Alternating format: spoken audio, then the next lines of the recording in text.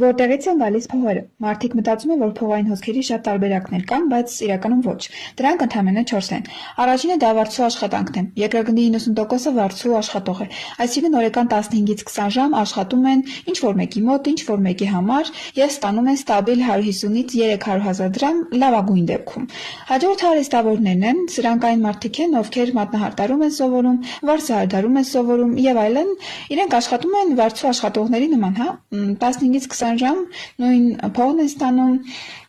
պարզապես այստեղ տարբերությունն այն է, որ իրենց գլխին շեվ չկա, ինչպես որ վարձու աշխատանքի դեպքում է։ Եվ այս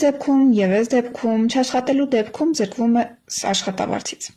Հաջորդը բիզնես ունեցող մարդիկ են, ովքեր կազմում են երկրագնդի 2-ից 3%-ը։ Սա ավանդական բիզնեսն է։ Այս բիզնեսը դնելու համար բոլորին պետք է 8-ից 10 միլիոն դրամ կամ դոլար, նայած ինչ ես դնում, նայած որ դեպքում։ Որպեսզի այդ մարդը վարձակալի տարածք, վարձի աշխատողներ, ապրանքներ բերի, մի խոսքով, այսինքն ինքը շատ մեծ ծախսերի հետ է կապված, հարկայինի դաշտ մտնի եւ այլն։ Եվ չորրորդը հոսքային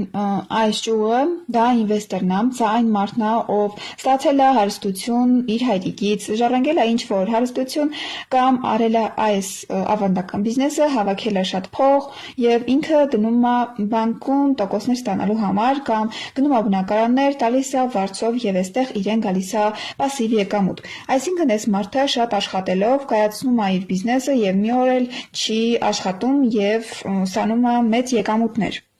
Իսկ եթե չունեք գումար եւ հնարավորություն, բայց ուզում եք սկսել ձեր սեփական բիզնեսից, խնդրել ես ունեմ հնարավորություն ձեզ տալու, կարդացեք մեկնաբանություններում։